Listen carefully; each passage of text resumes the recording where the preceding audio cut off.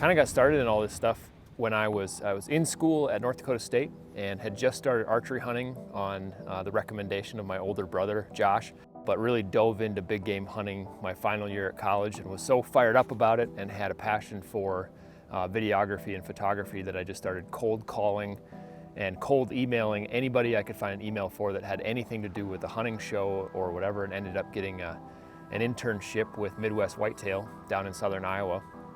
Really dedicated my life to film and photography.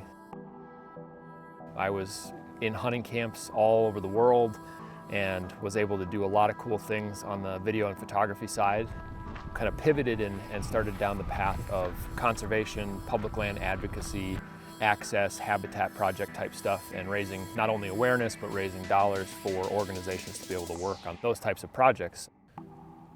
Sam sort of had the connections and the media firepower to kind of get behind a cause and really turn it into something. And with my experience on the retail business side and on the product side, I was able to kind of come in and assist in that way. 4 years ago was the start of the giant public lands advocacy tour, which included using different vehicles, whether it be a giant school bus or the van sitting right here behind me, to spread the word about how important public lands are, how important conservation is, and at the same time raised well over $100,000 to give back to different organizations for conservation work. All of the media that we do produce and the things that we do talk about and the following that, between all the platforms we operate have, when there's an issue or something on the table, we can kind of put out a message, and a lot of ears hear it and a lot of eyes see it. And a lot of the people that follow what we're doing, and they actually take action and click those links to write letters to the senators and make the phone calls and show up when they're needed and share that message on a broader base too, that this is maybe a problem that's coming up for the hunting sport, or our access to the lands that we all pay for become threatened in some way. We have this whole Rolodex of people that kind of get out there and throw the flags and really truly feel like there's been several issues in which what we've done and what we've contributed to has really turned the ship a little bit to get done what we're looking to have done.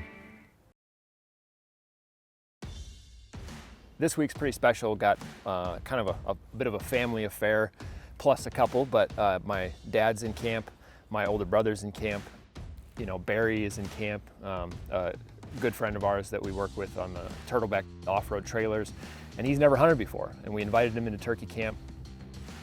Got my hunter safety course knocked out last week before making the 15-hour drive from Phoenix, Arizona, up here to where we currently are, undisclosed destination. We got him in camp, got him his tag, went through proper handling of a shotgun, went through loading, unloading, all of those things.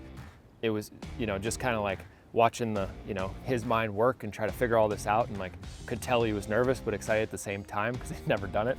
Did a bit of scouting Sunday afternoon, saw birds everywhere, and I thought this was gonna be easy. We set out Monday morning bright and early at 3 a.m., got set up, and the turkeys just did not want to do what we wanted them to do. Way more often than not, the turkeys don't do what you want them to do. And so you spend half the time just frustrated. You can't do anything right. Every time you make a move, you bump something, or you call and they go the other way, or they pitch down and go the other way. You get in on the roost, and it just never quite pans out how you think it's gonna pan out, or how you hope it's gonna pan out. But so there's a lot of failure in turkey hunting. It makes you pretty humble pretty quick. And most people will think this is just a big dumb bird, and I was in that boat for a long time. I had pretty good luck early on in my turkey hunting career, but the more I hunt them, the more I realize that they are very good at avoiding danger. And so when it does all come together, it's pretty amazing. And this morning it all came together.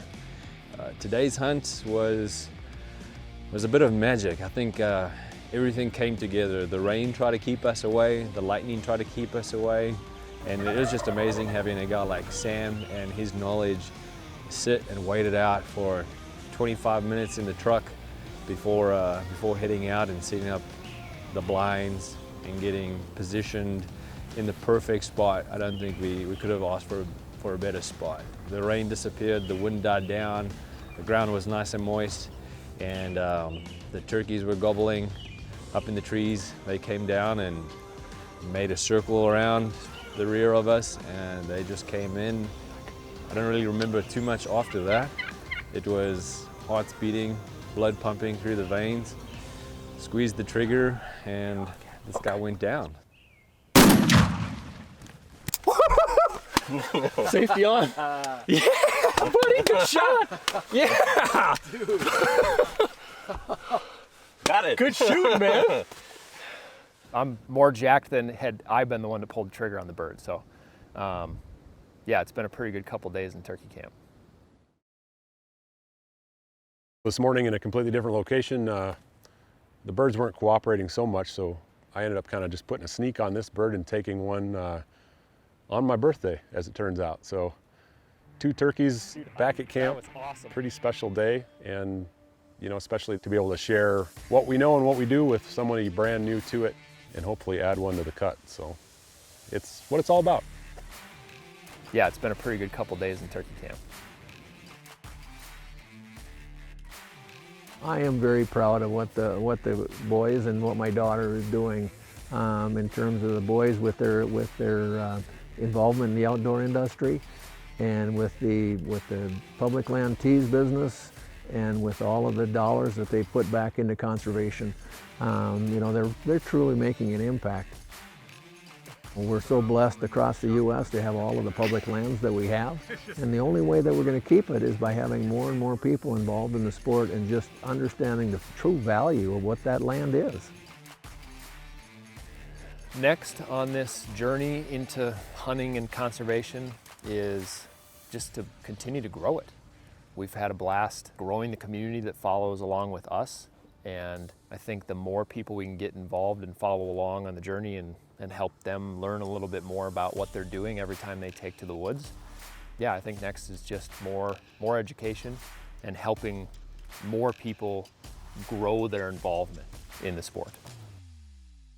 It's always important to kind of be looking into the future of the sport, into the future of hunting heritage, and making sure that we have a lot of champions out there that are going to be speaking highly of hunting and fishing and protecting it.